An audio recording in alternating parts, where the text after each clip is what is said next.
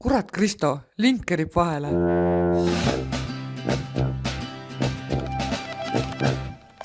Poemüüja Juuli, kes omab süütuid huuli.